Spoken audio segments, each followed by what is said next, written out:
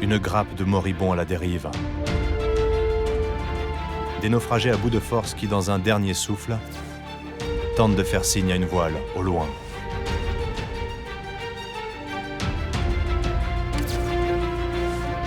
Cette scène, le radeau de la Méduse, immortalisé par Théodore Géricault, n'est pas une légende. Elle représente le dénouement d'un drame survenu il y a 2 siècles. Au départ, ils étaient 151, abandonnés sur ce radeau de fortune au large des côtes africaines.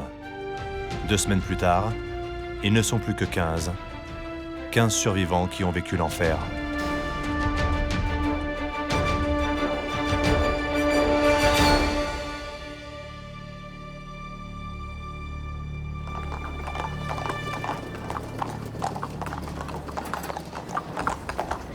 Novembre 1817. Théodore Géricault revient à Paris après un long voyage d'études en Italie. Le jeune peintre, âgé de 26 ans, ne connaît pas encore le scandale qui secoue la France depuis plusieurs mois. Cette histoire de mer est racontée dans un ouvrage qui vient de paraître. Cochet, cochet!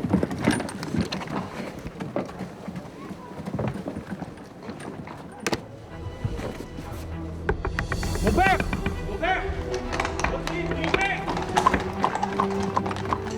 L'artiste découvre par hasard la mésaventure de la frégate Méduse et de son radeau. Un drame qui serait sans doute passé inaperçu sans le témoignage d'Alexandre Coréard et Jean-Baptiste Savigny, 2 survivants qui racontent l'horreur.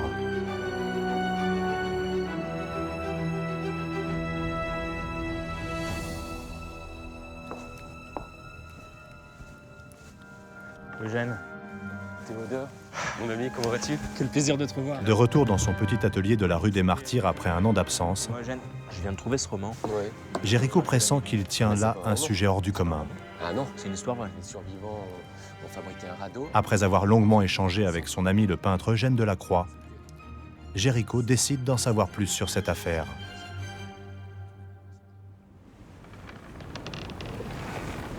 « 200 ans plus tard, un homme a retrouvé le livre des survivants de la Méduse. Comme Géricault, Philippe Mathieu a décidé de remonter aux sources du drame. Pour cet ancien officier de marine, cette tragédie reste une énigme. Pourquoi cet abandon de 151 hommes en mer ? Que s'est-il réellement passé entre le départ de France et la scène désespérée du tableau de Géricault ? Quand j'ai pris ce livre la première fois, j'ai pensé que c'était un roman. Et puis, au fur et à mesure, on rentre dans la mécanique du rapport de Savigny et Coréard. Et là, on est vraiment dans presque un journal de bord. Et quand on suit le déroulé de ce rapport, au quotidien, on est effaré de tout ce qui peut se passer. Et ce qui est tout à fait surprenant, c'est qu'on connaît la fin. Voilà, on le sait, on a le tableau de Géricault en mémoire, mais c'est la façon d'arriver à cette fin qui est complètement déroutante et qui est très surprenante. Aujourd'hui, à la tête du musée de la Marine de Rochefort, Philippe Mathieu a un rêve un peu fou. Il souhaite reconstruire à l'identique le radeau de la Méduse, d'après le plan qu'il a découvert dans la première édition du récit de Coréard et Savigny. Il en est convaincu. C'est en faisant revivre cette machine, ainsi surnommée par ses occupants, que l'on comprendra véritablement la catastrophe.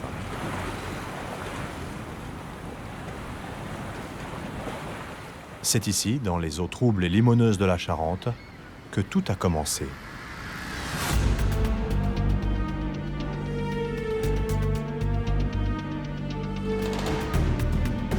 Une grande partie des pièces du puzzle de cette histoire se trouve en fait dans la ville de Rochefort. Cet ancien arsenal de la marine se trouve à quelques kilomètres dans les terres au bord de la Charente.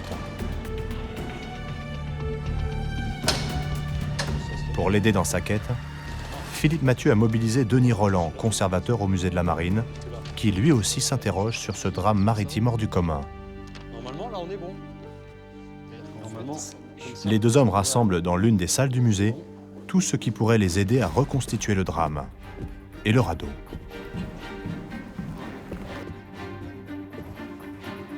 Première étape, en savoir plus sur les acteurs de l'affaire. Dans cette quête, ils peuvent compter sur les précieuses connaissances d'un autre spécialiste, Alain Morgat. Méduse.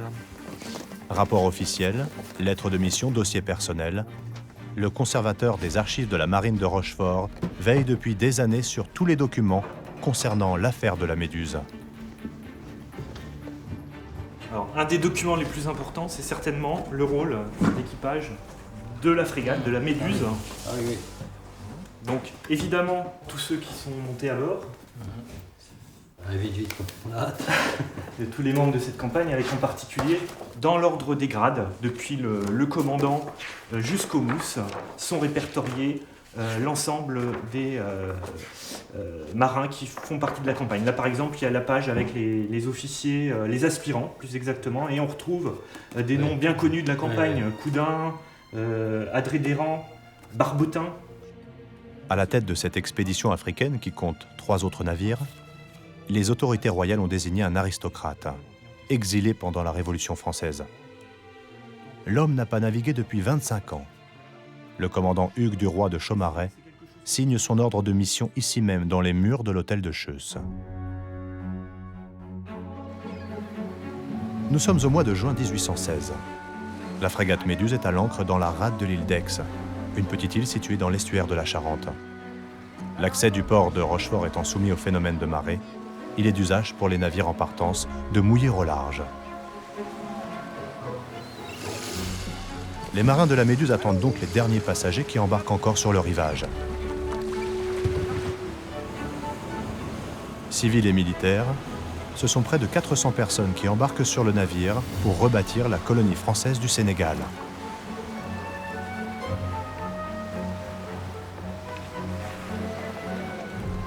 Tous ces passagers sont placés sous les ordres et la protection du commandant Hugues du Roi de Chaumareix. Parmi eux, Alexandre Coréard, jeune cartographe et géographe, et Jean-Baptiste Savigny, un aide chirurgien de la marine.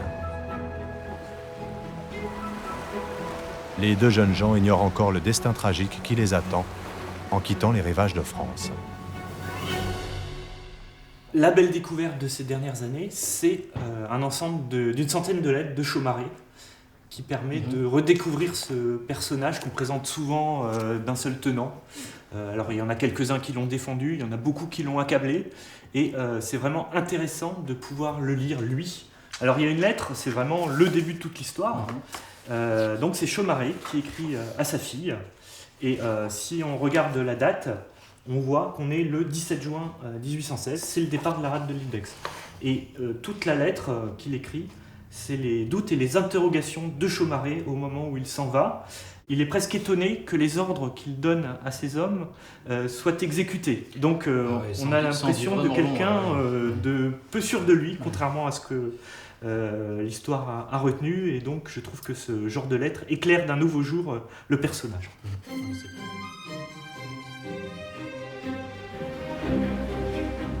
D'après le récit de Coréard et Savigny, des tensions surviennent dès les premières heures de l'expédition. Pour mieux comprendre l'atmosphère qui règne à bord de la Méduse, Philippe Mathieu décide d'en savoir plus sur le contexte historique de l'époque. C'est à l'île d'Oléron, et plus exactement au sommet du phare de Chassiron, qu'il retrouve Martina Serra, une spécialiste de l'histoire maritime du XIXe siècle. Ce phare n'existait pas encore en 1816, mais il offre aujourd'hui une vue imprenable sur l'île d'Aix et sur le début des événements. Là, si je comprends bien, c'est d'ici qu'on voit la frégate pour la dernière fois avant qu'elle parte. Voilà, à partir de la terre, les gens qui étaient dehors à ce moment-là l'ont vu partir. Ensuite, ça a été le grand large. On est en juin 1816 et c'est une période très particulière pour l'histoire de France. L'Empire est terminé, le congrès de Vienne a eu lieu, la restauration en France de la monarchie est effective, Louis XVIII est sur le trône, et conséquence tout à fait normale, tout à fait logique, après des longues périodes de guerre, les anciens ennemis reprennent leurs dispositions diplomatiques de paix et la France va pouvoir reprendre ses différents postes des colonies, aux Antilles bien sûr, puis là en l'occurrence pour la Méduse, dont c'était la mission, c'est transporter le corps plénipotentiaire, les diplomates, au Sénégal pour reprendre la colonie qui était française, occupée par les Anglais évidemment pendant les conflits. Et là, retour donc des diplomates, de la garnison, de tout ce qu'il faut pour redémarrer cette colonie sur ces rivages de l'Afrique de l'Ouest. À bord de la Méduse, il y a donc près de 400 passagers. Des fonctionnaires, des artisans, des explorateurs et quelques familles, dont celle du gouverneur Schmaltz, qui doit prendre la tête de la colonie. Mais on compte aussi de nombreux anciens combattants des troupes napoléoniennes, des soldats acquis à la cause de l'empereur déchu, dont la monarchie tente de se débarrasser en les envoyant le plus loin possible de France. Une petite communauté représentative de la société française sous le règne de Louis XVIII se trouve donc rassemblée à bord. Ce sont autant de groupes sociaux et politiques divergents, placés sous l'autorité incertaine d'un monarchiste. Cette cohabitation difficile va favoriser la catastrophe à venir. En ce jour de juin, la Méduse, l'Argus, l'Écho et la Loire mettent donc les voiles, cap vers le sud. Avant le départ de l'expédition, les autorités de la marine ont été claires. La route, encore mal cartographiée, est connue pour ses périls. Il a été notamment vivement recommandé à la flottille de rester au large des côtes de Mauritanie pour éviter l'écueil meurtrier du banc d'Arguin. En dépit de ces recommandations, le commandant Chaumareix veut gagner du temps. Il se rapproche de la côte, il sonde rarement les fonds marins et fait la sourde oreille aux avertissements lumineux des 3 autres navires, qui, eux, ne tardent pas à suivre une autre route.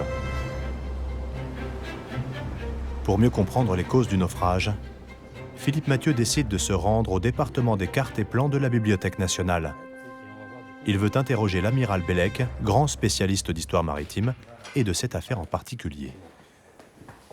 Donc voilà, les cartes d'époque, les cartes sur lesquelles la Méduse a préparé sa navigation et a suivi sa navigation.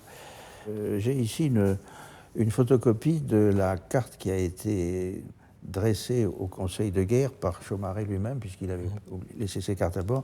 Donc on lui a demandé d'indiquer ses positions. Voilà, on voit ici, c'était les impressions qu'il avait. En fait, il pensait être là, alors qu'en réalité, il était là et il allait se diriger pile sur le banc d'Arguin. Ce banc qui est un banc éloigné de la terre, parce qu'il faut bien qu'il est à 4 heures de voile de la terre. Ces bancs très dangereux qui sont sous l'eau, qui sont peu visibles et qui se traduisent par une remontée du fond. C'est une zone qui est quand même fréquentée. Oui, mais c'est pour ça que la règle impérative, c'est de se recaler sur le Cap Blanc, et ensuite on sait qu'à partir du Cap Blanc, on l'évitera à coup sûr. Hein. Ce que ne fait pas Chaumareix, en fait. Ben, ce qu'il croit faire. Ce que ne fait pas la Méduse, en tout cas. C'est ce qu'il croit faire. Ouais. Ils ont cru avoir aperçu le Cap Blanc qui est là, alors qu'en réalité, ils étaient quelque part par ici. Donc, quand il a pris la route à l'est-sud-est vers Saint-Louis, ben, en fait, ils étaient en train de se planter directement sur le banc.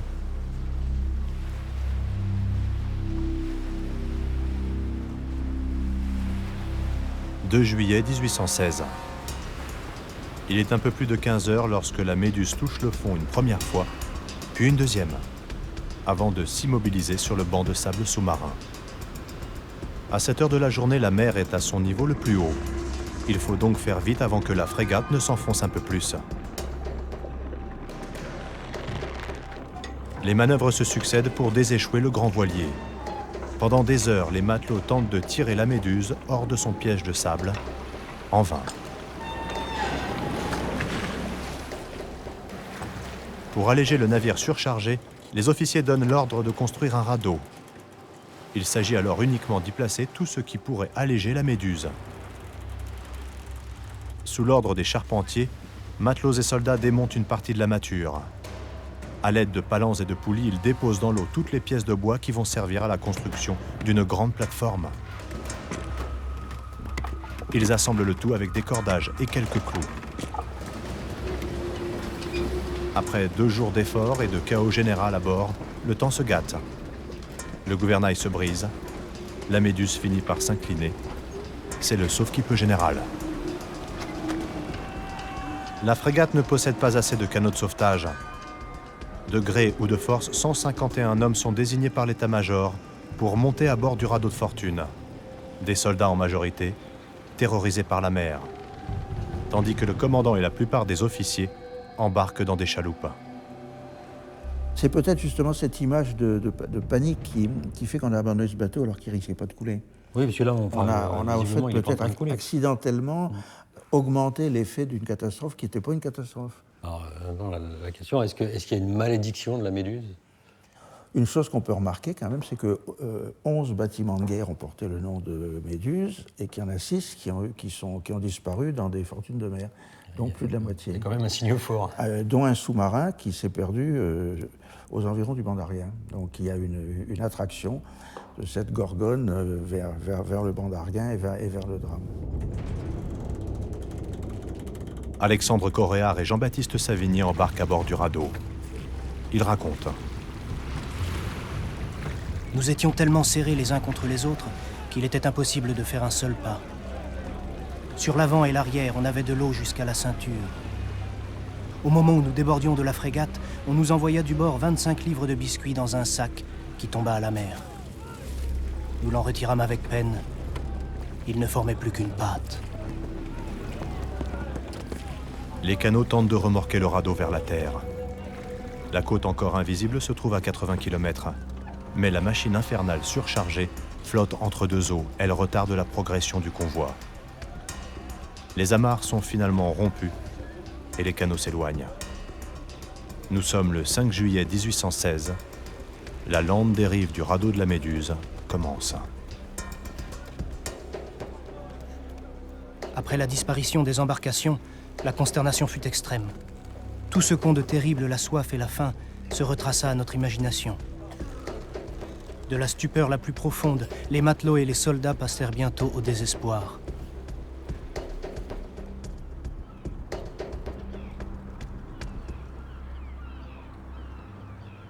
Pour la reconstruction du radeau, Philippe Mathieu dispose du plan réalisé par Alexandre Coréard, mais aussi du tableau de Géricault. Il veut savoir si le peintre a bénéficié d'éléments complémentaires pour la conception de sa toile. Il contacte l'un des plus grands spécialistes de Géricault et en particulier du radeau de la Méduse. Depuis des années, Bruno Schönig étudie la conception de cette œuvre. Il va faire une enquête extraordinaire qui va durer plusieurs mois, où il va rencontrer Coréard et Savigny, les interroger en long et en large. Là, je veux dire, on a vraiment un témoignage, enfin plusieurs témoignages de l'histoire de l'art qui disent vraiment qu'il a fait un travail d'enquête de journaliste, si vous voulez. Il a vraiment rencontré les rares naufragés rescapés et il les a vraiment, à mon avis, soumis à la question. J'ai justement là un dessin, la préparatoire de Géricault, qui, à mon avis, pourrait vraiment vous intéresser. Je ne sais pas si vous le connaissez. C'est vraiment un magnifique dessin de Géricault qui représente en fait Coréard et Savigny. C'est au crayon noir et il y a 6 têtes dans différentes expressions. Ils sont habillés et on sent bien là que, je veux dire, ce ne sont pas Coréard et Savigny qui sortent du radeau, mais qui sont à Paris. Donc Géricault les a rencontrés à l'évidence à Paris. Pour moi, c'est un beau dessin, mais je pense que l'idéal, si vous le voulez bien, ça serait qu'on se rencontre au Louvre, tout simplement, devant le radeau de la Méduse. Et là, on pourra revoir Coréard et Savigny dans leur rôle, au fond du radeau. Et puis, on pourra voir ensemble beaucoup de détails qui, à mon avis, sont assez signifiants.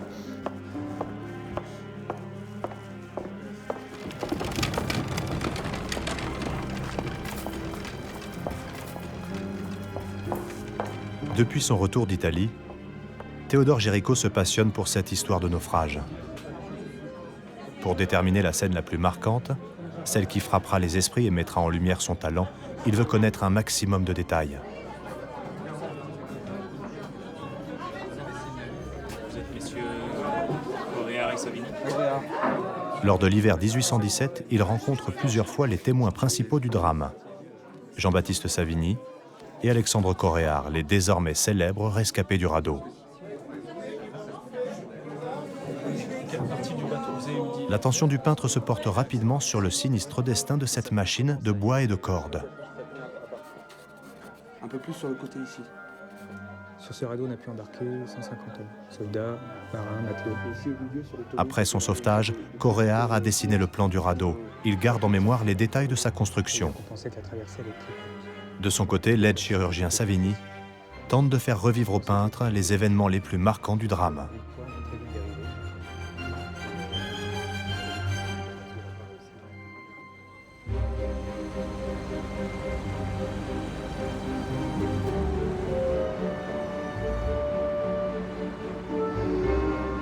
Philippe Mathieu poursuit son enquête à Paris.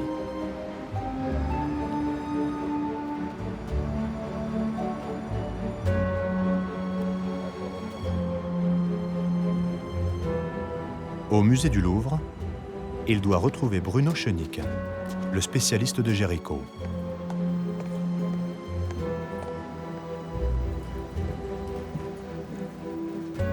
Avant de se lancer dans son grand projet de reconstitution du radeau de la Méduse, il veut évaluer le degré d'exactitude du tableau et recueillir les indices que celui-ci pourrait lui délivrer. On a un temps idéal pour voir la grande machine.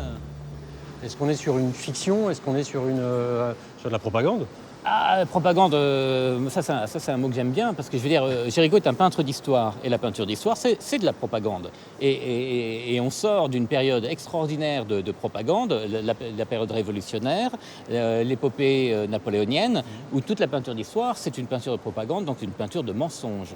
Okay. Donc ça, Géricault connaît parfaitement les codes. Pour ce tableau, il y a un mélange entre la réalité et le fictif.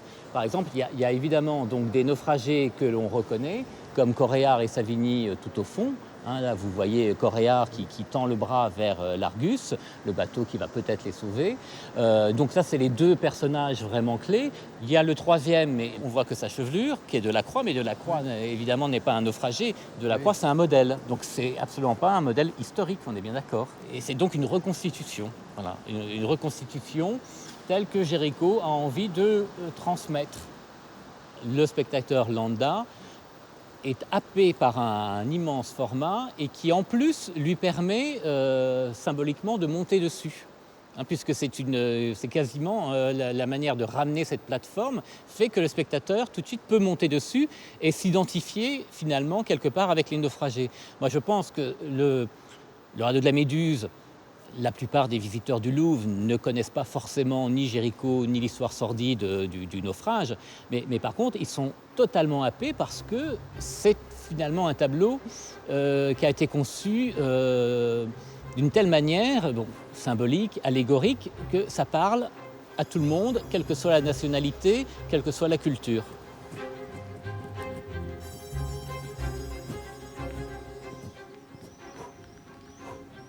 Après avoir réalisé de nombreuses études sur les épisodes incroyables qui se sont déroulés sur le radeau, Géricault hésite encore. Quelle scène du drame choisir? L'abandon de la frégate? La longue dérive à bord du radeau? Ou la délivrance des naufragés? Entrez. Monsieur Savigny. Vous voulez rejoindre un travail? Oui, mais je vous en prie. Bon. Présente Touche la Villette, le charpentier du radeau, monsieur. Touche la Villette fait partie des 7 rescapés du drame qui ont finalement survécu. Il n'a jamais parlé de son histoire, mais pour Géricault, le charpentier de la Méduse a réalisé une maquette extrêmement détaillée. Le radeau, on l'a construit avec les restes du bateau, tout ce qu'on a pu sortir et sauver. Vous voyez, là, c'est les verres devant, c'est ce qu'on On a fait un agrément de misère, tenu par le seul cordage qu'on avait, en fait. En longueur, c'était 20 mètres. 20 mètres Sur 7. Sur 7 ici, c'est ça. J'ai sculpté des personnages, j'aimerais beaucoup les mettre en place avec vous.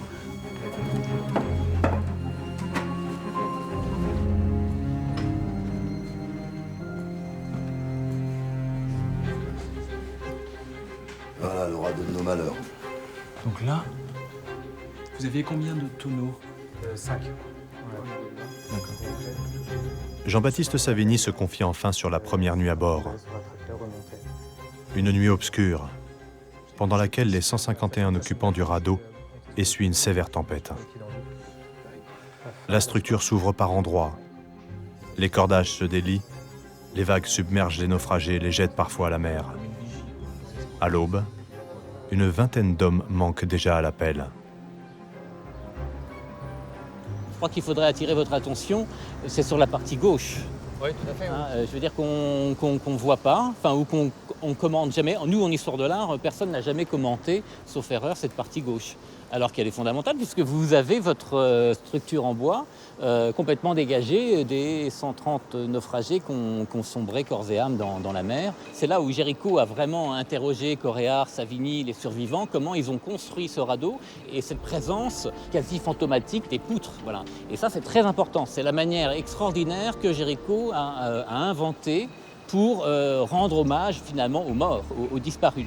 Ça donne une idée plus juste de la dimension du radeau, parce que autrement, sur ce premier plan, on a l'impression d'avoir une petite surface. Oui, c'est ça. Alors que le radeau fait 20 mètres sur 7 tout de même. Oui, c'est ça. Oui. Si on ne prend pas conscience de ce qui est à gauche, on se dit Géricault, il a un peu exagéré, il a pas compris exactement ce qui se passait, ce qui est faux. Voilà, alors je vous ai apporté quelques documents. Je pense que ça pourrait peut-être vous aider pour votre reconstitution. Donc différents dessins où on voit la structure du radeau, donc avant même la version peinte. Donc là, est-ce que Géricault avait des informations différentes ou complémentaires ou qui pourraient donc vous aider? Je ne sais pas. Donc je vous confie ça et puis vous me direz ce que vous en tirez. Peut-être rien. Document précieux en tout cas, je vous en remercie. Eh bien, de rien.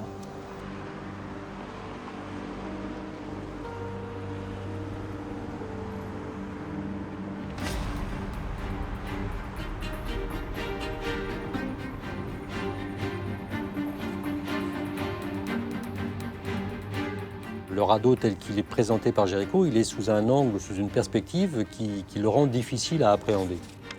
Géricault est un artiste, donc il a pu avoir envie de sublimer des témoignages et de leur apporter une touche dramatique ou romantique qui fait qu'on vient fausser la source. En revanche, tout le travail en amont que Géricault a fait sur son travail d'enquête, sur le travail de recherche, là c'est particulièrement utile. Mais on le devine à travers le tableau, mais il faut aller le chercher plus loin que le tableau.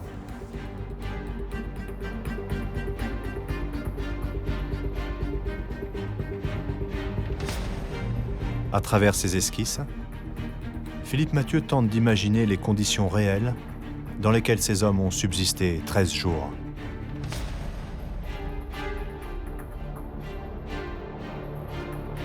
Ce qui m'intéresse dans la reconstruction du radeau, c'est en fait de pouvoir expérimenter physiquement ce qui s'est passé. Est-ce qu'il y a eu tuerie? Est-ce qu'il y a eu accident, suicide? Voilà, on sent qu'il y a des choses comme ça qui sont très lourdes, très fortes. Et on ne les appréhende pas très bien parce qu'on ne l'a pas expérimenté encore. Ce radeau, on a des récits. Alors des récits qui sont parfois contradictoires.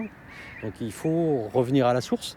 Il faut voir quels sont les textes de départ. Et puis expérimenter sur une machine à l'échelle 1 et essayer, tenter de revivre cette expérience dans les meilleures conditions possibles, bien sûr.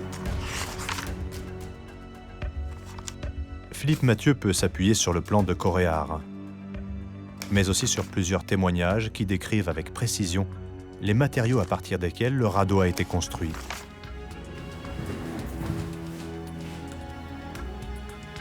C'est bon ?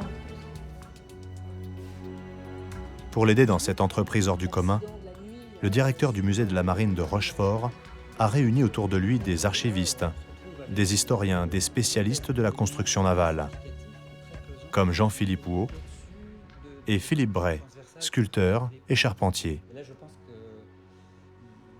Alors on n'a pas beaucoup d'éléments, hein. On a le tableau de Géricault, on a un récit et puis on a ce plan. Alors, le plan, on peut le prendre dans le sens où on veut.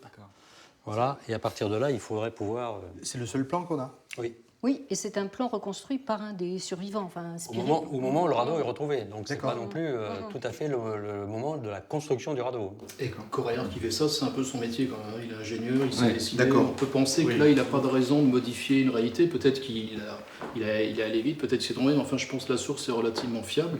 En revanche, c'est un plan, il n'y en a aucune élévation. Et voilà, on a une vue de dessus. Oui, c'est tout. Donc ça écrase tout. Hein. C'est génial. Et pour reprendre cette donnée, effectivement, on s'aperçoit que de nombreux morceaux sont sombrés noirs, ce qui peut laisser penser que effectivement c'était des morceaux noirs des matures supérieures d'une frégate, peut-être. Oui, je pense que c'est ça. Est-ce qu'il y a des données historiques sur la taille approximative de là, les données, c'est le bateau à partir duquel le radeau est construit. Hein, c'est une frégate de 18. Là, on est grosso modo sur une vingtaine de mètres, des pièces de 20 mètres. Là. Ah ouais. À peu près, oui. Ah oui, ça fait 20 mètres de long. Oui, donc t'imagines, en largeur, c'est en proportion... Ah oui, on n'imagine pas du tout ça dans le tableau. Non. Ouais, donc 20 mètres de long... Attends, ouais, ça va être simple. Vas-y. Ah bah voilà. Ah bah là, on sent le constructeur là, qui arrive. Ouais, c'est ça. Plus de 10 mètres. Hein. On est entre 10 et 12 mètres de large. Ouais.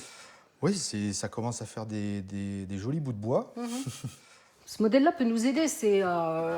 Pour le gréement, en tout cas, c'est assez conforme à ce qui se faisait à l'époque, c'est-à-dire à la fin de l'Empire, avec une mâture découpée en étages depuis le pont, avec les grands mâts, le hunier, le perroquet et les perruches. Et du coup, on comprend très bien. Les grands mâts, on ne peut pas les prendre, ils sont fixes. Ils sont solidarisés avec la quille, donc on ne peut pas les utiliser. Mais en fait, ils peuvent très bien démonter, et ça, ils savent le faire, c'est démonter ces mâts-là et les utiliser pour faire le radeau. Comme utiliser aussi les vergues, ces grandes pièces transversales de bois qui supportent les voiles et qui permettent aussi d'avoir une pièce qu'on retrouve sur le radeau. Mais c'est génial parce que là, du coup, on comprend un peu, je ne comprenais pas là, les pièces, formes, les pièces les plus longues, là, vous avez, je ne sais pas comment vous l'avez appelé, mais j'ai l'impression de voir ce rond qui se transforme en carré, là. Ça serait ça, là. Ça. Ah oui. Bah, ça donne un élément de forme parce que là, on dirait vraiment un aileron de requin ou une queue de requin, alors que là, on voit très très bien une pièce de bois. D'accord, d'accord. Et ça, ce sont des éléments faciles à démonter. Par exemple, il y a un truc, moi, qui me semble encore difficile à comprendre, c'est ces espars à l'avant, là. C'est ceux-là, là. Là, franchement, peut-être que c'est le fait de monter. Ce qui me fait dire aussi qu'ils ne prennent pas la grande vergue, c'est qu'elle sert à frapper des ballons pour pouvoir manœuvrer.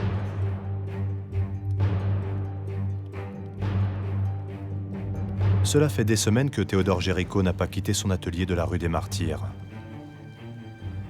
Ses recherches l'ont plongé au cœur du drame de la Méduse. Les détails sordides survenus sur le radeau le hantent désormais.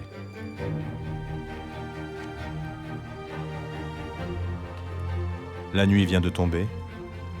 Nous sommes le 6 juillet 1816, cela fait 24 heures que les hommes ont été abandonnés. L'unique réserve de nourriture, un sac de biscuits trempés, est vide. La panique commence à s'installer.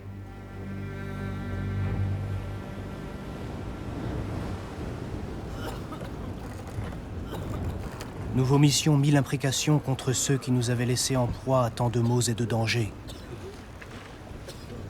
L'officier qui commandait le radeau ne pouvant se mouvoir, M. Savigny se chargea de faire installer la mâture. La voile orientait fort bien, mais son effet nous était de très peu d'utilité.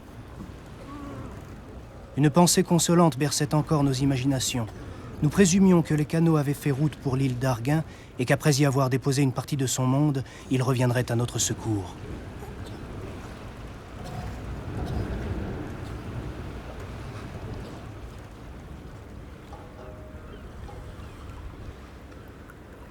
Sur le port de La Rochelle, malgré l'heure tardive, Jean-Philippe Huot a réuni son équipe devant le plan du radeau et l'unique gravure de la frégate Méduse. On va voir si on arrive à reconstituer cet objet de 20 mètres de long à partir des morceaux que l'on va extraire de ce gréement. Du coup, sur la gravure, là, ces éléments, on voit que ce n'est pas des espars, ce seraient d'autres planches qui étaient à bord. Le bateau qui allait en fait reconstituer un comptoir avait un chargement de bois de construction pour réorganiser la colonie et que donc effectivement un certain nombre de morceaux un petit peu rectangulaires ne sont pas des espars mais sont plutôt des poutres, des planches et des madriers. Et notre objectif, c'est de voir comment se comportait ce radeau quand on voit ce caillebotis hyper ajouré de bois sous l'eau, glissant. On peut imaginer un des paramètres de la catastrophe, quoi. Les ingénieurs doivent déterminer avec précision chaque pièce de bois constituant le radeau. Ensuite, grâce à des logiciels informatiques en 3 dimensions, ils tenteront de l'animer pour étudier son comportement à la mer. Et donc là, tu as pris quel poids pour la structure du radeau? Il me semble qu'on avait parlé d'un assemblage qui faisait dans les 12 tonnes, non? Ouais, c'est ça. On a un petit peu plus de 12 tonnes. Donc là, c'est le radeau lui-même. Il s'agit notamment d'étudier sa flottabilité d'après le nombre de passagers et l'état de la houle. Et surtout de fournir un document de référence pour la construction du radeau. Et que si les gens commençaient à bouger un peu à bord, à se mettre en... Quelques jours plus tard, dans sa maison perdue de la forêt des Landes, Philippe Bray reçoit les premiers décryptages du plan de Coréard. 50, diamètre 50. 22 jusqu'à... Le cabinet de La Rochelle a réussi à déterminer l'essence des arbres utilisés à l'époque, les détails de la mâture et surtout les dimensions et le nombre de pièces de bois à façonner. Ah oui, mais ils sont extérieurs et ils sont dessus. Waouh, ça va être énorme. Mais il y en a un autre. De ce qui apparaît comme ça à première vue, c'est qu'il n'a pas été fait pour mettre des gens dessus. Il y a trop de claire-voie entre les planches, entre les madriers, pour qu'on puisse décemment dire tiens, on va amener des gens là-dessus comme ça. À mon sens, et d'après le récit, d'après ce que j'ai compris, parce qu'il y a plusieurs versions, c'est que d'abord c'était pour alléger cette frégate et donc poser du matériel. Et là, tout est logique. C'est-à-dire que la structure est logique, les pavois sur les côtés en hauteur qui retiennent le matériel, enfin, là il y a une grosse logique. Hein. Et après, par contre, qu'effectivement la frégate ne pouvant pas repartir, qui se retrouve avec 150 personnes à évacuer et qu'ils descendent rapidement le matériel et qu'ils n'aient pas le temps parce que là apparemment il y a vraiment eu la tempête, un problème, et donc ils n'ont pas eu le temps de le réaménager pour amener des gens dedans, ils ont fait monter tout le monde et ils sont partis. Là je comprends mieux le déroulé par rapport à la technique, à ce que je vois sur le plan.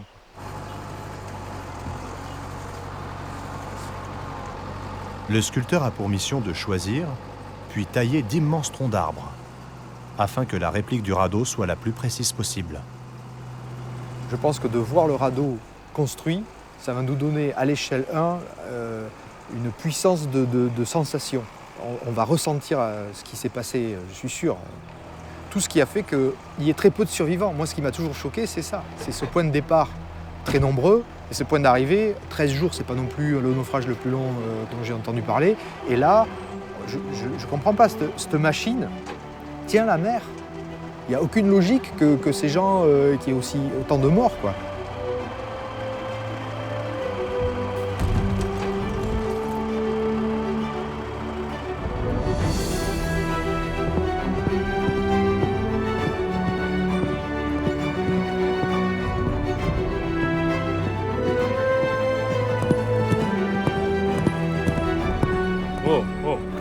Pour oublier la folie des naufragés de la Méduse, Théodore Géricault s'évade parfois pendant quelques jours sur les rivages de sa Normandie natale.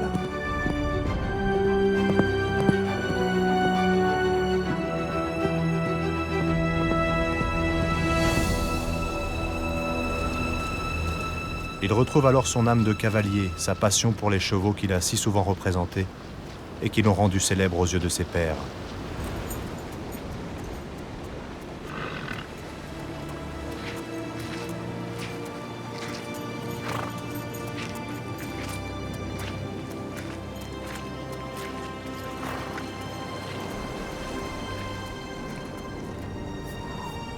Lors de ces escapades, le peintre cherche aussi à obtenir encore et toujours plus de réalisme quant aux couleurs changeantes de ce décor océanique.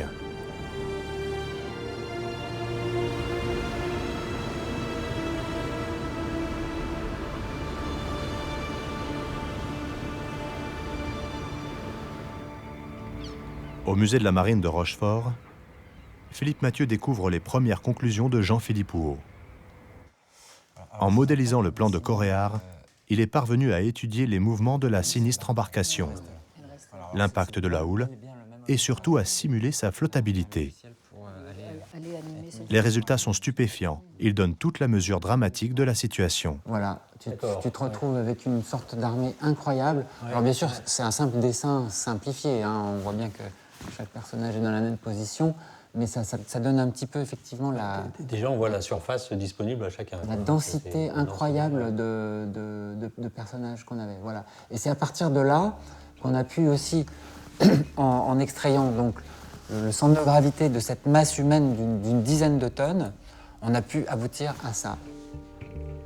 D'accord, mais là, on a un petit clapot, on n'a pas beaucoup d'amplitude. Ils ont ramassé les tempêtes, ils étaient complètement submergés.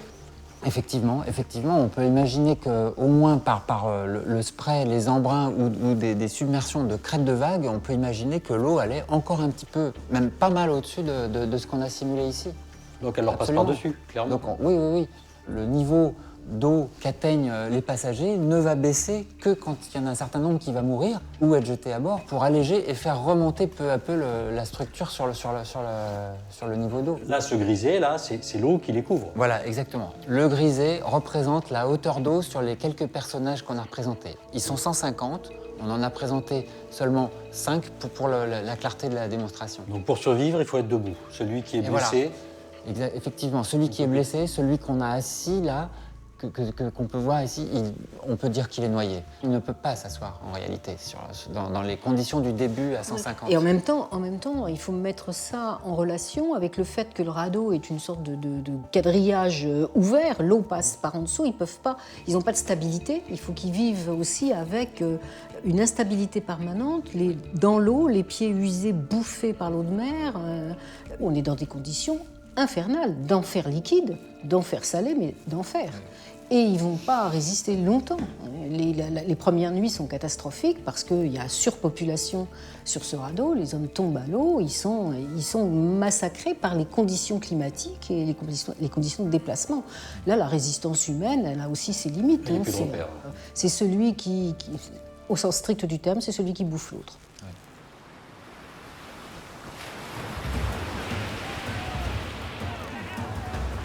Des vagues extrêmement grosses déferlaient sur nous et nous renversaient quelquefois très rudement. Le cri des hommes se mêlait alors au bruit des flots, tandis qu'une mer terrible nous soulevait à chaque instant de dessus le radeau et menaçait de nous entraîner. Tout à coup, nous crûmes pendant quelques instants apercevoir des feux au loin. Nous fîmes des signaux en brûlant des amorces. Nous tirâmes même quelques coups de pistolet. Mais il paraît que la vue de ces feux n'était qu'une erreur de vision.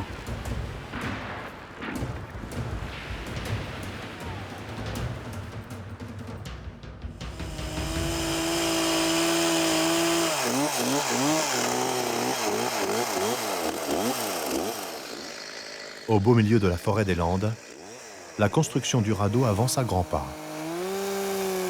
Après avoir coupé puis écorcé des troncs de plus de 18 mètres de long, Philippe Bray s'attaque désormais à la forme des pièces du radeau. C'est un travail de longue haleine car chaque morceau doit être semblable à une partie de la mâture d'une frégate de la fin du XVIIIe siècle.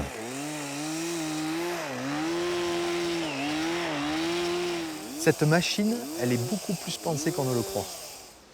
Ça, je le vois à tous les détails qui s'amoncellent quand on le fait. Et en plus, eux, ils l'ont fait dans l'eau. Il faut voir la chose. Alors nous, évidemment, ça nous amène des contraintes techniques différentes et qu'il faut penser, puisque nous, on n'est pas dans l'eau. Dans l'eau, les bois flottent, plus ou moins, mais ils sont plutôt à pousser vers le haut, alors que nous, là, sans eau, ils sont plutôt à pousser vers le bas. Donc il a fallu faire plein de calages, retrouver les marques. Et au fur et à mesure qu'on retrouvait les marques, on comprenait pourquoi ça avait été mis dans cet ordre-là, et comment. La logique nous est apparue au fur et à mesure de la construction.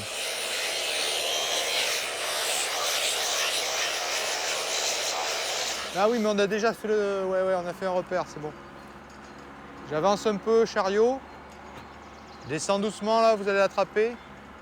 Encore un peu. Ah, moi, je suis au repère de tout à l'heure. C'est bon.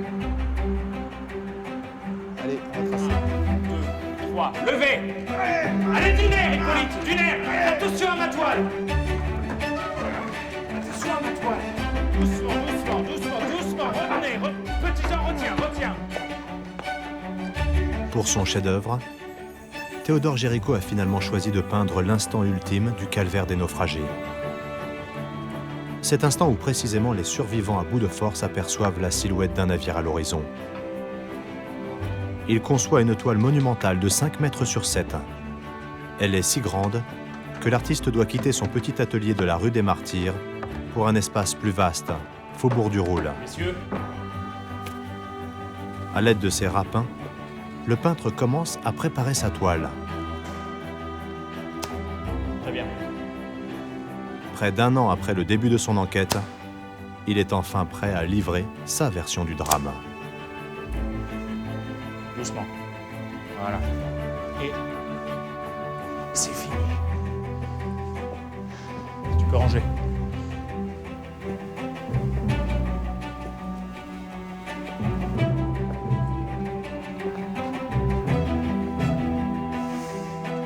La deuxième nuit vient de tomber sur le radeau. Affamé, accablé de fatigue et d'angoisse, un groupe de soldats se jette sur l'un des tonneaux de vin. Les fumées du vin ne tardèrent pas à apporter le désordre dans des cerveaux déjà affaiblis par la présence du danger et le défaut d'aliments. Ainsi excités, les hommes devenus sourds à la voix de la raison voulurent entraîner dans une perte commune leurs compagnons d'infortune. Ils manifestaient hautement l'intention de se défaire des chefs qui, disaient-ils, voulaient mettre un obstacle à leur dessein et de détruire ensuite le radeau en coupant les amarres qui en unissaient les différentes parties. Le combat devint général. Quelques-uns crièrent d'amener la voile. Une foule d'insensés se précipita à l'instant sur la drisse et les haubans et les coupèrent. Face à la révolte, les officiers réagissent sans pitié à grands coups de sabre. La machine est jonchée de cadavres. Après plusieurs assauts d'une violence inouïe, on dénombre plus de 80 disparus.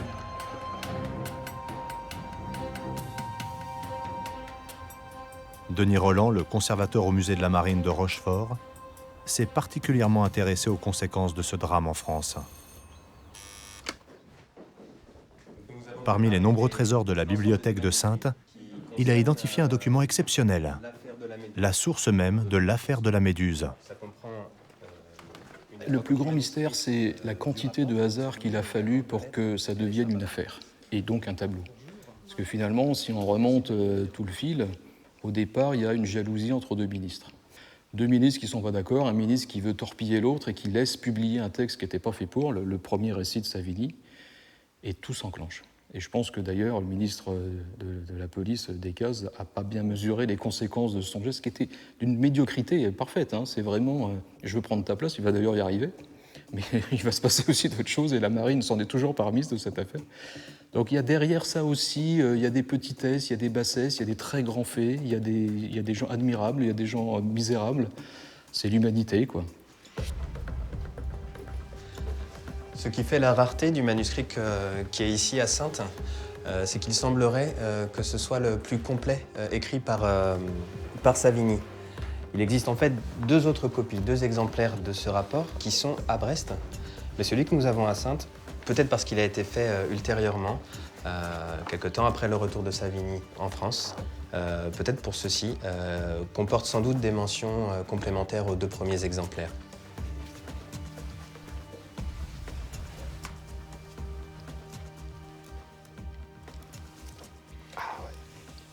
Ah oui, là on y est.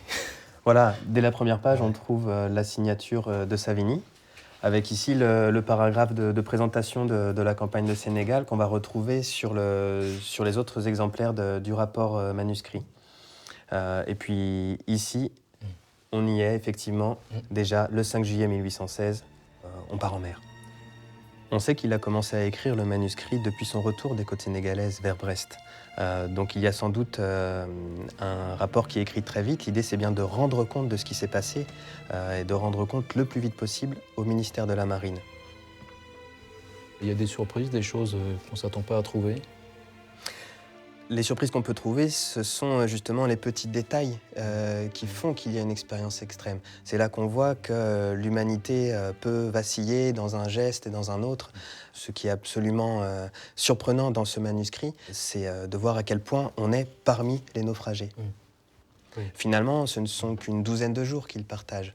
Oui. Mais chaque tempête, chaque roulis, chaque fois qu'on croit apercevoir une terre ou un bateau, ça prend des proportions immenses pour les personnes qui sont à bord de ces quelques mètres carrés. Ce manuscrit destiné aux autorités maritimes aurait dû rester secret. Il finit par tomber entre les mains de la presse, qui en édite les passages les plus insoutenables.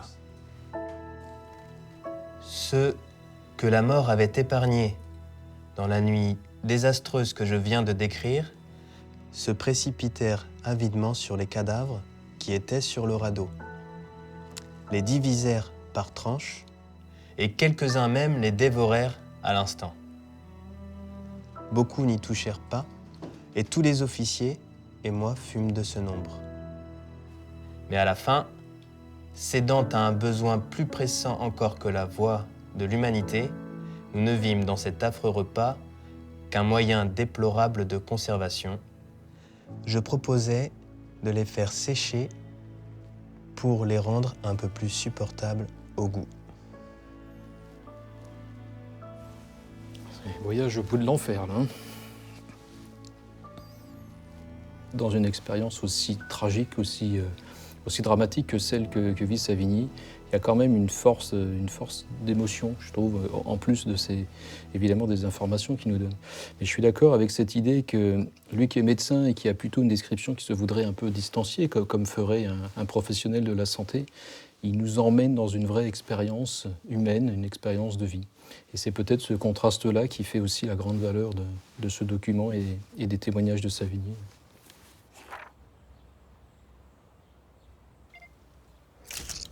C'est sans doute la publication de ce document qui, lors d'un grand procès quelques mois plus tard, forcera la marine à sanctionner lourdement le commandant Hugues Duroy de Chaumareix.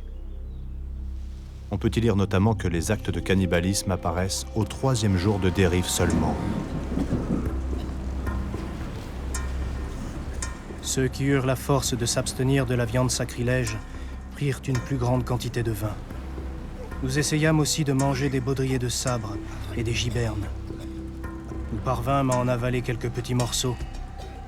Quelques-uns mangèrent du linge, d'autres des cuirs de chapeau sur lesquels il y avait un peu de graisse, ou plutôt de crasse.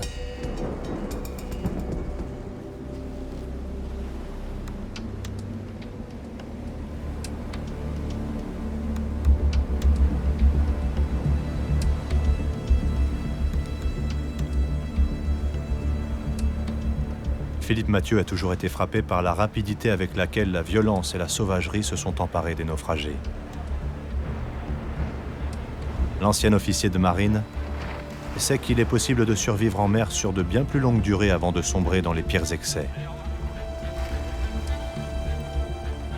Comment ces hommes ont-ils pu en arriver là?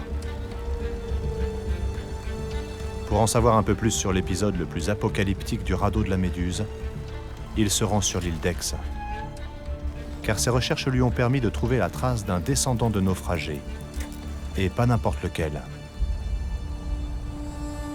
Malgré une profonde blessure à la jambe, Jean-Daniel Coudin a été désigné par le commandant Chaumareix pour diriger le radeau et ses soldats. L'aspirant Coudin a témoigné au procès, mais n'a jamais voulu écrire son histoire. Bonjour, monsieur Coudin. Bonjour. Philippe Mathieu, merci de me recevoir. Je suis à votre disposition.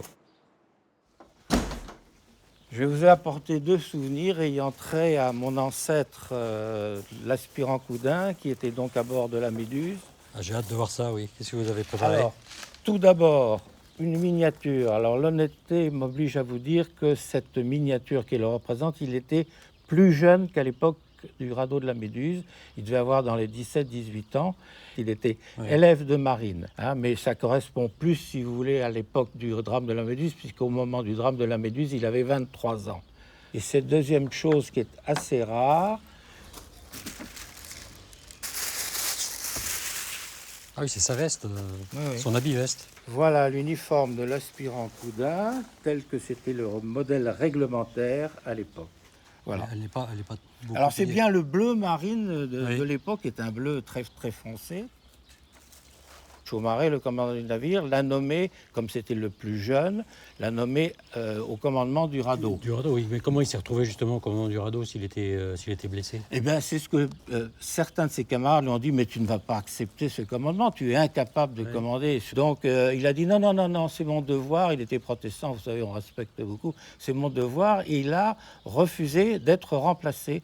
Et il a pris le commandement. Mais si vous voulez, il était assis sur une barrique au pied du mât du radeau de la Méduse, et il a assisté à tous les combats pratiquement sans pouvoir intervenir. Jean-Daniel Coudin a laissé des traces quand même dans la famille, il a témoigné, Il détestait en parler, et de souvenir familial, il n'aimait pas en parler. Il paraît que lorsque des camarades lui disaient mais parle-nous un peu des trucs, ses yeux se voilaient de larmes, et il détestait en parler. Sauf une fois, où il était de quart à bord d'un autre bateau, et j'aide le lieutenant de vaisseau, comme pour se libérer, vous savez, une sorte de psychanalyse, etc. Il était de quart à la dunette, et il a tout raconté à un de ses amis. Et cet ami, en lui disant, en n'oubliant aucun détail, et après il a dit, je n'en parlerai jamais plus. D'ailleurs, la seule chose qu'il disait, ce qui s'est passé n'est pas à l'honneur de la marine. Et il assumait ce qui s'est passé sur le radeau? Il assumait, oui, il assumait. Et d'ailleurs, on lui a demandé un rapport que vous avez dû voir, qui est aux archives de Rochefort, dans lequel il a... Parce que vous savez qu'ils ont mangé de la chair humaine pour subsister. Lui, d'ailleurs, dit, nous fûmes obligés de nous nourrir de la chair de nos infortunés camarades. Et d'ailleurs, si vous me voyez, c'est que je suis descendant d'un anthropophage. Sinon, je ne serais pas là. Sinon... Peu de secrets gardés, donc. Mais un silence délibéré de son ancêtre qui en dit long sur l'horreur que l'homme traversa pendant ces 13 jours de dérive. Et puis, il y a ce petit trésor familial, un bijou que le jeune aspirant avait offert à sa future épouse avant son embarquement sur la Méduse. C'est une citrine, donc une pierre de 2e catégorie, sur laquelle sont gravés 2 cœurs percés d'une flèche. Et d'autre part, il y a 2 mentions, souffrir et espérer. C'est étrange d'avoir ces objets, de pouvoir les toucher. On approche des héros du radeau. Souffrir et espérer, c'est quand même bien ce qui lui est arrivé sur le radeau.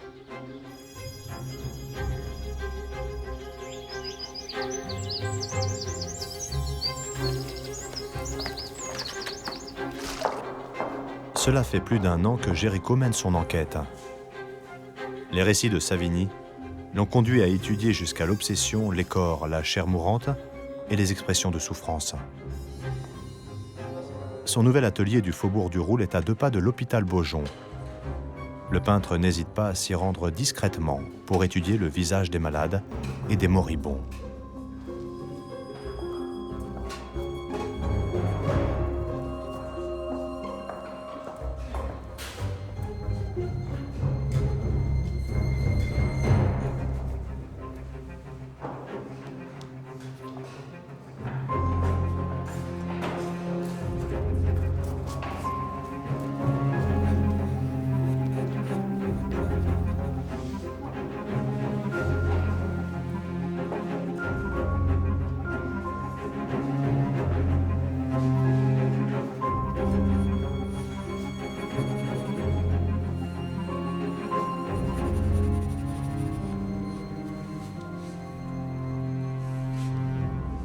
Son ami, le phrénologue Dumoutier, l'autorise même parfois à emporter des morceaux de corps qu'il ne cesse d'étudier.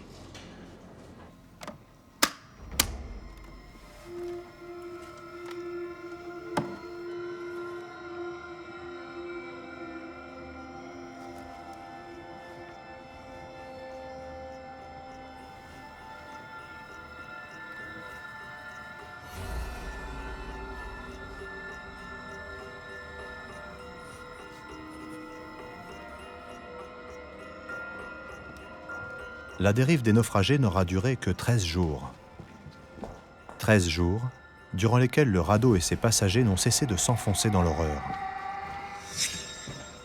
La science sait aujourd'hui qu'un individu peut survivre 3 jours sans boire et plusieurs semaines sans se nourrir. Alors pourquoi une telle sauvagerie à bord? La réponse se trouve peut-être dans les rayonnages de l'ancienne école de médecine de Rochefort fondée en 1788.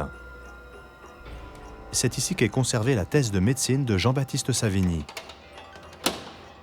Une thèse rédigée juste après le naufrage, qui rend compte de toutes les observations réalisées par l'auteur durant sa terrible dérive en mer.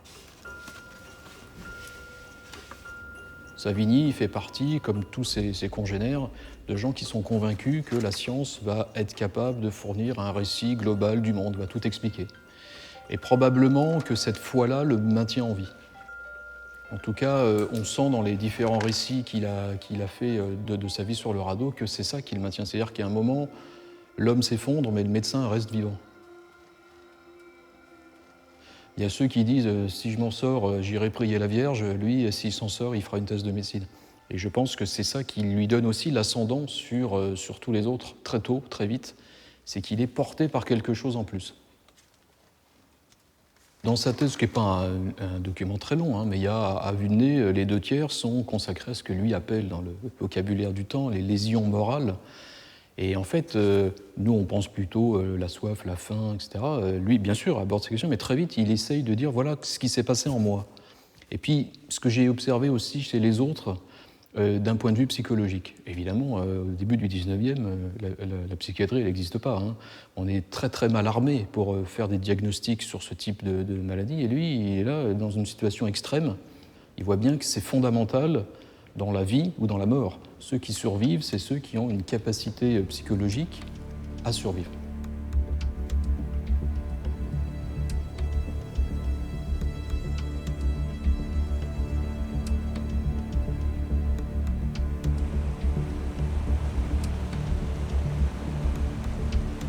La thèse de Savigny est l'une des toutes premières publications à propos de la survie en mer en situation extrême. Denis Rolland souhaite pousser plus loin ce témoignage scientifique et le confronter aux connaissances d'un spécialiste contemporain de la survie maritime. Il a rendez-vous sur les quais du port militaire de Brest avec le docteur Guillerme, un médecin de réserve de la marine. Cet homme a navigué sur de nombreux bâtiments militaires.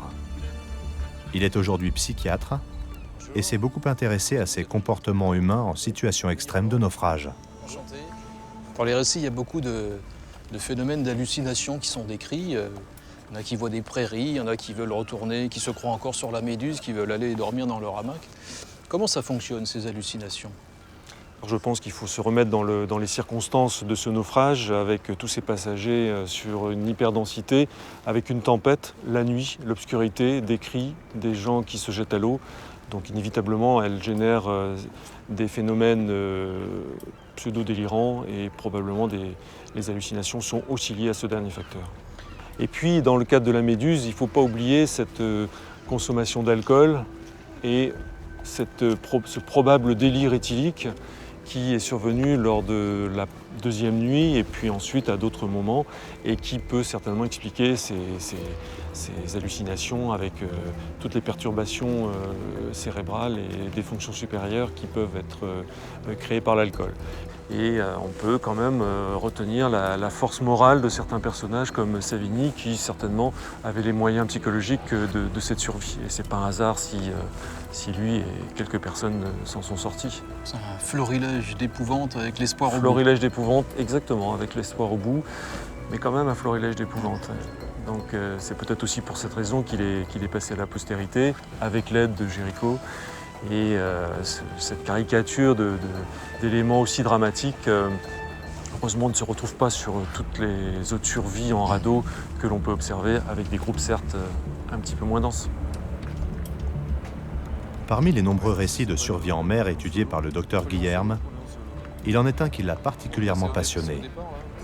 Celui d'un navigateur solitaire américain qui, après une avarie sur la coque de son voilier au beau milieu de l'Atlantique, s'est retrouvé 76 jours à bord d'un minuscule radeau pneumatique.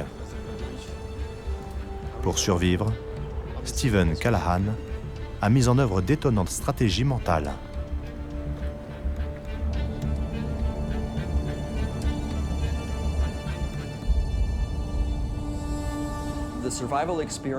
La survie en mer, cela ressemble un peu à une expérience sous l'effet d'une drogue.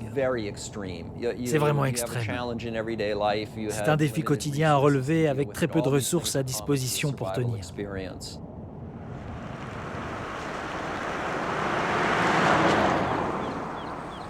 Une trentaine d'années après son naufrage, Stephen Callahan est devenu un expert international en matière de survie. Il vit au bord de l'Atlantique sur les rivages de l'État du Maine et n'a jamais cessé de naviguer. Il a précieusement gardé certains objets symboliques qui lui ont permis de tenir. Un harpon de fortune, un compas, une montre, et aussi ce petit carnet sur lequel il s'obligeait chaque jour à écrire ce qu'il ressentait.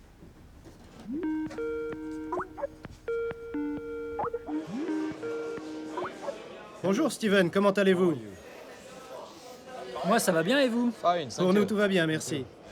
Steven, est-ce qu'il y a un moment où vous avez perdu la tête? Bien sûr. Je me souviens m'être comporté de façon irrationnelle à plusieurs moments. C'est d'ailleurs une chance que personne ne m'ait vu. J'étais en fait complètement désemparé face au stress que je subissais et à la fatigue aussi. Je me sentais très faible, j'étais complètement affamé.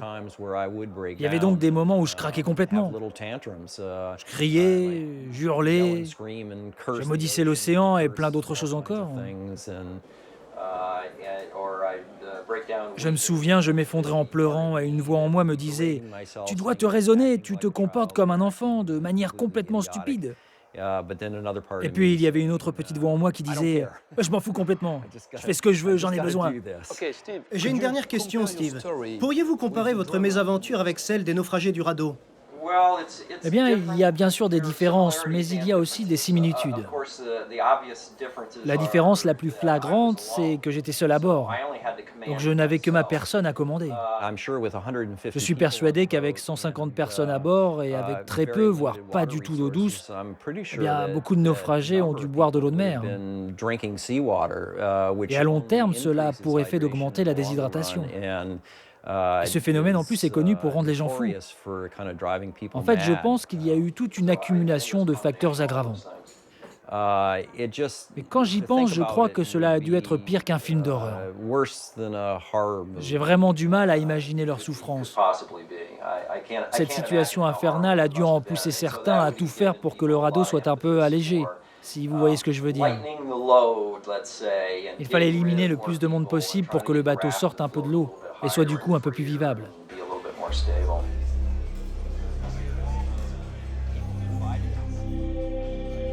Au 7e jour sur le radeau, il ne reste plus que 27 survivants dont la moitié agonise. Afin de se donner encore une chance de survie en conservant de précieuses rations de vin, les officiers se réunissent à propos des blessés. Après un conseil présidé par le plus affreux désespoir, il fut décidé qu'on les jetterait à la mer. Ce moyen, quelque répugnant et quelque horrible qu'il nous parût à nous-mêmes, procurait aux survivants 6 jours de vin à 2 quarts par jour. Mais la décision prise, qui osera l'exécuter? 3 matelots et un soldat se chargèrent de cette cruelle mission. Et nous versâmes des larmes de sang.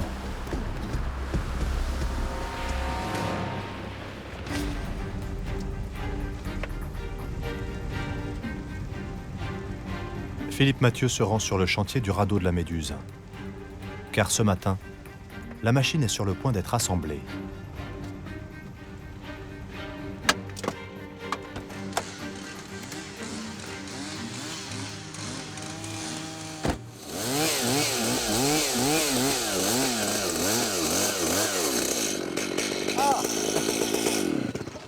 Ouhou.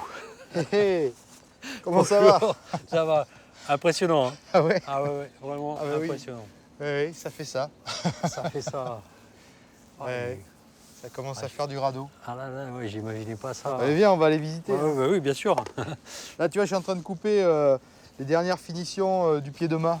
D'accord, le pied du mât qui fait 18 mètres. Ouais. Là, on a 2 tronçons de 6 mètres. Et le 3e est là. Donc voilà, je suis en train de faire. On est dans les finitions. Montre-moi ça. Bon, alors voilà. Je veux voir ça. Là, c'est l'avant, tu vois, on est en train de finir donc le mât de hune qui vient ici. Là, on a fait le pavois depuis l'autre côté. Là-bas, ouais. Après, il nous restera à faire la plateforme.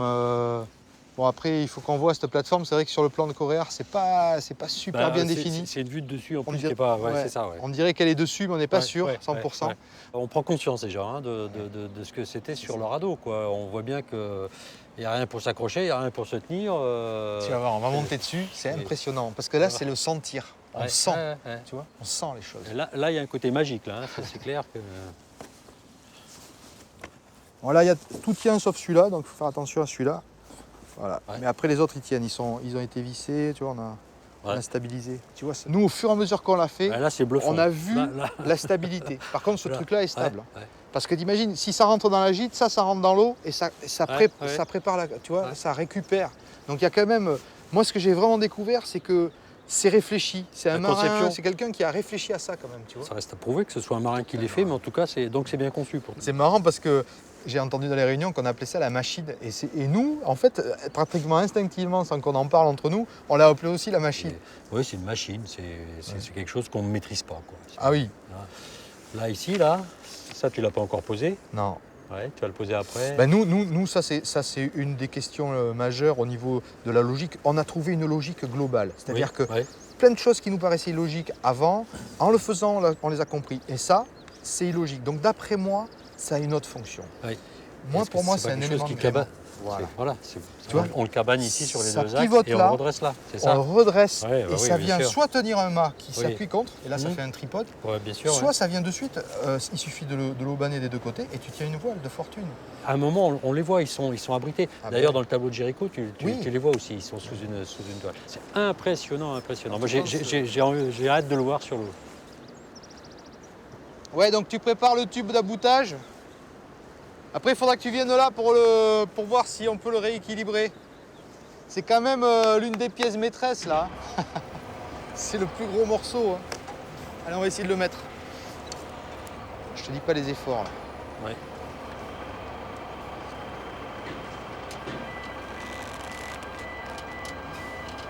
Là, on l'a bien. Ouais, là, c'est mieux. Attention, ça va accélérer. Attention, je monte vite. Hop, c'est parti. Ok.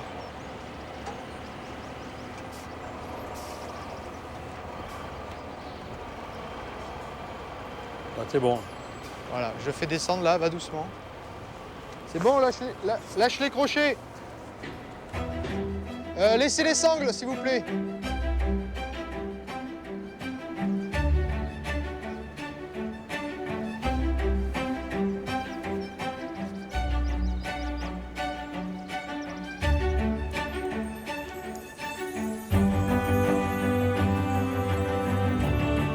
Décembre 1818. Cela fait plusieurs jours que Théodore Géricault n'a pas fermé l'œil. Dans 5 mois s'ouvre la grande exposition artistique de Paris. Le jeune peintre a pris du retard. Sa toile est encore loin d'être achevée. Vous me faites un ocre jaune alors que je vous demande du rouge. Ça fait 8 mois que vous êtes à mon service. 8 mois. Je veux rien entendre. Ça, c'est de l'ocre rouge. Et ça, c'est l'ocre jaune dont j'ai besoin pour faire la teinte de ce corps qui va bientôt crever. Pourquoi je me répète? Ce soir, on dîne pas. On va travailler. On va travailler toute la nuit. Il me reste tellement de travail avant le grand salon.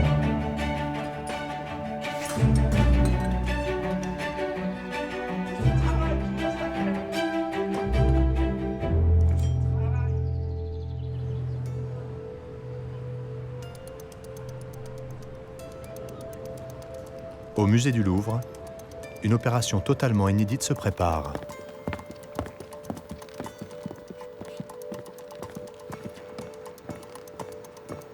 À défaut de pouvoir radiographier le radeau de la Méduse, Bruno Schoenig a imaginé un dispositif photographique en haute définition. Les clichés réalisés doivent faire apparaître sous les nombreuses couches de vernis certains détails perdus du tableau. Moi, ce qui m'intéresse, c'est de bien capter cette pyramide ascensionnelle vers le personnage principal. Ces photographies doivent aussi donner un meilleur aperçu de ce qui se cache derrière l'épaisse couche noire et craquelée qui apparaît en certains endroits. Un apprêt de bitume utilisé par Géricault qui, après tant d'années, a assombri la toile. Avec ce décryptage numérique, Bruno Schoenig espère révéler certains éléments devenus presque invisibles. Ils sont autant de clés pour cerner les véritables intentions du peintre. Car il en est convaincu, Géricault a peint bien plus qu'un simple fait divers maritime. Il a créé une œuvre dont la force réside dans le message politique. Un message volontairement occulté lors de la présentation de la toile en 1819. Et donc voilà, en photo, si tu pouvais me montrer qu'est-ce que tu peux faire. Tu peux me montrer le groupe principal, voilà. Donc le groupe principal, pour moi, cette pyramide ascensionnelle, voilà. Et on arrive au héros principal, qui, alors là, est extraordinaire dans la peinture occidentale. C'est sans doute le premier héros principal qui n'a pas de nom et qui est vu de dos. Voilà. Donc ça, moi, c'est très important que tu puisses me photographier le dos pour bien aussi capter la différence pigmentaire de ce personnage, qui, je crois, est un métis, et qu'on puisse bien voir, et là notamment, oui, ça m'intéresse, parce que voilà, là tu as un personnage, voilà, donc là, évidemment, il est noir, voilà, c'est formidable. Voilà, donc là, on voit très bien Coréard, et voilà, formidable, c'est exactement ça que je voulais, ça n'a jamais été vu, enfin, jamais commenté. Donc en fait, il y a un personnage qui serre les mains, Oui, on voit incroyablement bien le pouce, ces deux mains noires qui enserrent des points blancs. Voilà. Et pour moi, c'est une gestuelle de fraternité. Maintenant, presque 200 ans après, on se rend compte qu'évidemment, ce tableau a une force symbolique extraordinaire et que les lectures, je dis bien les lectures multiples politiques sont les bienvenues et sont même archi nécessaires. Autrement, comment expliquer la présence de noirs alors qu'on sait qu'il n'y en avait qu'un seul sur le radeau, et comment expliquer que le héros principal, vu de dos, est un métis? Là maintenant, avec du recul, on comprend l'audace inouïe de Géricault. Sur son radeau, Théodore Géricault met en scène de nombreux modèles, réels ou imaginaires. Gardez la pause. Mais en intégrant contre toute réalité historique plusieurs hommes de couleur, noirs ou comble de la provocation métisse, c'est une manière pour lui de dénoncer une France conservatrice et encore esclavagiste.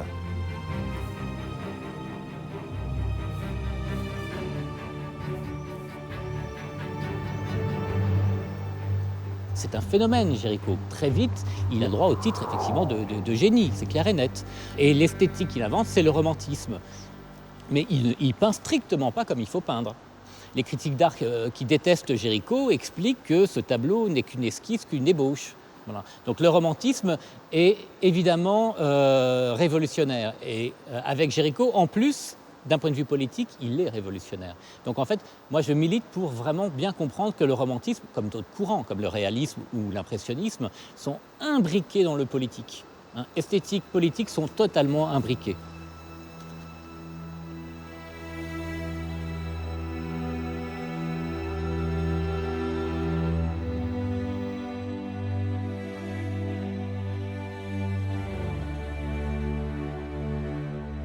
Nous nous embrassions tous avec des transports qui tenaient beaucoup de la folie, et des larmes de joie sillonnaient nos joues desséchées par les plus cruelles privations. Chacun se saisit de mouchoirs ou de différentes pièces de linge pour faire des signes aux voiliers qui s'approchaient rapidement.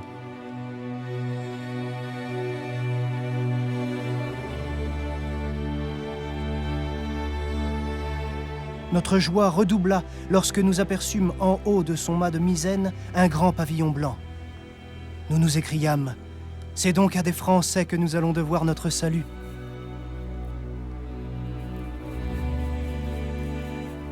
Après 13 jours de dérive, la liste des survivants du radeau n'est pas longue. Sur 151 personnes embarquées au départ, il n'en reste que 15, quand apparaît soudain au loin une voile. C'est celle de l'Argus, l'un des 4 navires de l'expédition du Sénégal.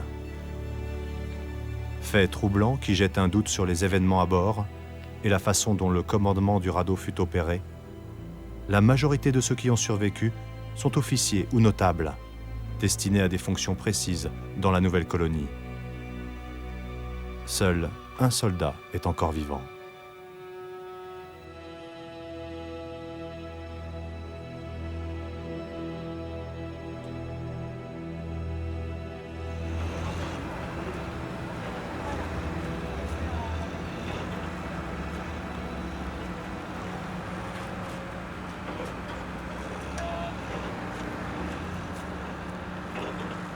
Après 6 mois d'enquête, de réflexion et de tâtonnement, après des semaines de travail pour sculpter le bois, la machine est enfin prête. Tous ceux qui ont participé à l'aventure se sont donné rendez-vous sur le port de commerce de Rochefort pour assister à la mise à l'eau de ce radeau mythique. Rentrer dans le tableau au Louvre, ils n'aiment pas tellement, mais, non. mais nous, on peut. On va beaucoup plus loin que Géricault, on est en 3D. On est en 3D. Oui, Donc on fait Géricault en 3D. Historiens, architectes, sculpteurs ou encore conservateurs de musées, tous attendent avec impatience de voir comment la machine va se comporter une fois dans l'eau. Ouais, on les mettra après, on va assurer la marchandise. Cette réplique va-t-elle leur apporter un nouvel éclairage sur la véritable histoire des naufragés de la Méduse? Et il lève pas là. Bah, juste en tension. Non, personne lève tant qu'on n'a pas fini de caler, ok? Voilà. Ah, doucement. Hein. Là, ça y est, c'est parti là. Ça y est, il vole Top. Faut faire gaffe au vent là.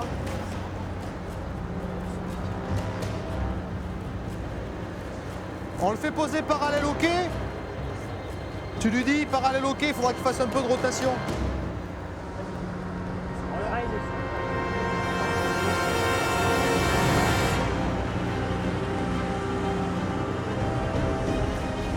Voilà, super.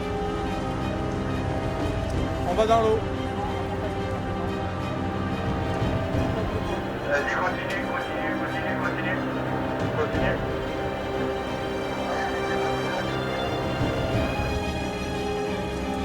Allez, là, on va savoir. Hein.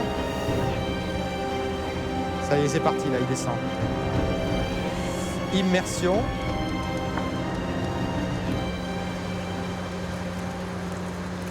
Oh là là là là.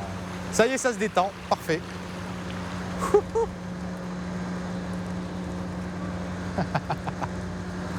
On y est, hein. Il flotte plus que... On y est. Ouais. T'as pris que du prévu. beau bois. Ouais, c'est du beau bois.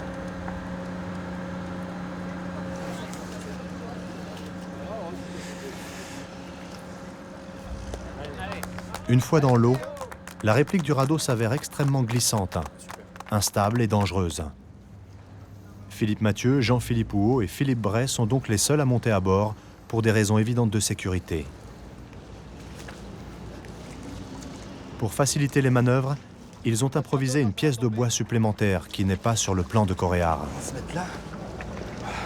Alors là, on essaye de faire un gouvernail. C'est pas qu'on essaye, c'est qu'on est en train d'installer un gouvernail. Voilà, on installe un gouvernail. Par contre, ce dont on n'est pas sûr, c'est l'efficacité. Ouais. C'est l'efficacité surtout. Ouais. L'utilité, oui. Moi j'ai du mal à partir sur une embarcation sans gouvernail. Ouais, mais ça, on peut le faire. Mais par contre, est-ce que ça va marcher ça? Par contre, ça c'est moins sûr. Ça fait bizarre hein, de vivre... T'as vu, c'est quand même pas mal enfoncé. La flottabilité elle correspond assez bien à ce que ça devait être. À ce que ça devait être. On n'est pas encore beaucoup de passagers à bord. Mais je pense que là, tu vois, ça commence déjà à être bien sous l'eau. Là, déjà, j'ai de l'eau au-dessus des chevilles. Voilà. Et alors là, disons, déjà, tu passes... Tu dois mesurer où tu mets tes pieds pour pas te casser une jambe. Oui, parce que là, sinon, tu passes à travers. Hein, mais sans tu passes problème. à travers complet, là. Ouais, et en plus, tu te fais mal. Imagine, là, il n'y a pas d'espace, on peut pas marcher, on peut rien faire. 150, t'es serré. Faut se tenir. Ouais, regarde, si on se tient déjà. Regarde, 150, déjà, on est serré comme ça, quoi. Ouais, mais si on se tient, là, tu vois. Et là, on est stable. Mais s'il y en a un qui tombe, je le tiens, je te tiens. T'imagines dans un clapot de 1 mètre? Moi je dis que les gars, s'ils se tenaient comme ça, s'il y avait de la solidarité, ça pouvait le faire. Mais sans solidarité, qu'est-ce que tu veux faire là? C'est quand même tout drôle d'être dessus. Je crois que voilà le remorqueur.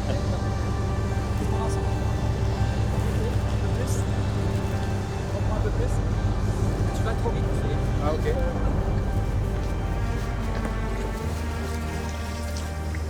Attends, c'est un petit peu trop là-bas. Lâche un peu du mou, Philippe. Voilà. Là, on y est. Ouais. C'est un anti-raclage, t'inquiète. Ça va raboter le bout là, c'est bon. On est largué. Regarde, tout seul. T'as même pas besoin de barrer, je pense. Je sais pas si c'est vraiment efficace, mais en attendant... Non, ça te fait du bien. J'ai barré le radeau de la Méduse, tu comprends? Il faut toute la puissance du remorqueur pour déplacer le radeau sur les eaux tranquilles du port. Les 3 hommes veulent savoir si cette embarcation aurait pu être tirée par les chaloupes et les canots. Et si, une fois abandonnés en mer, les naufragés auraient réussi à se rapprocher de la côte grâce au vent et au courant. Il faut imaginer ce radeau de la Méduse avec 151 personnes entassées à bord, soit une dizaine de tonnes supplémentaires qui feraient définitivement disparaître son plancher sous l'eau. Le tout confronté à une mer houleuse, étrangère et hostile. A priori, c'est vraiment pas navigable. Hein. Navigable. Manœuvrable, en tout cas. Ouais, voilà. Par contre, c'est ultra stable. Ouais, donc ça, c'est sûr, comme matériel de survie. Évidemment, c'est moi ce qui j'imagine le plus, c'est que au banc d'Arguin, il y avait des grands courants. Et là, c'est très très sensible à tous les courants. Il y avait des courants, il y avait de la mer, donc il y avait des mouvements de houle. Là, on n'a pas de mouvement de houle, on est stable, on bouge pas. En revanche, c'est une galère impossible à remorquer. Comment ça peut se faire avec des canottes et des chaloupes? C'est ingérable, surtout si c'est chargé. Voilà, chargé et vraiment pris dans l'eau. Ouais. Il y a très peu d'effet du vent en fait. Hein. Non, en fait, rien faire là. Ça aide à la dérive quand même, mais ça stabilise rien et ça fait pas avancer. J'imagine que la voile c'était à la fois psychologique et à la fois pour faire un abri de temps en temps. Pour faire un abri et pour être vu de loin. Parce que ça se voit. C'est sûr que là, en plus dans l'eau, on le voit pas. On passe à côté et on le voit pas, même si c'est chargé d'hommes. On va aller voir. En revanche, là, ça fait un point haut et un point remarquable. Ouais. C'est vrai que ça se voit de loin. Bah oui, c'est l'avantage aussi. Mais ça sert probablement pas à naviguer. Ouais. T'imagines 150 personnes là-dessus, c'est quand même incroyable. Et on comprend tout de suite pourquoi ils ont surnommé ça la machine. C'est une machine à broyer les membres. On n'arrête pas de glisser, de se rattraper, d'être en équilibre. Et encore, on est, nous, dans une situation assez confortable. Ça devait être quelque chose d'assez stressant, d'assez affreux à vivre, rien qu'en se posant dessus et en se disant que c'était peut-être ça qui allait nous emmener, nous faire survivre. Hein. C'est quelque chose. Il y a un côté angoissant hein, quand même sur cet engin, à se demander si véritablement on va y arriver.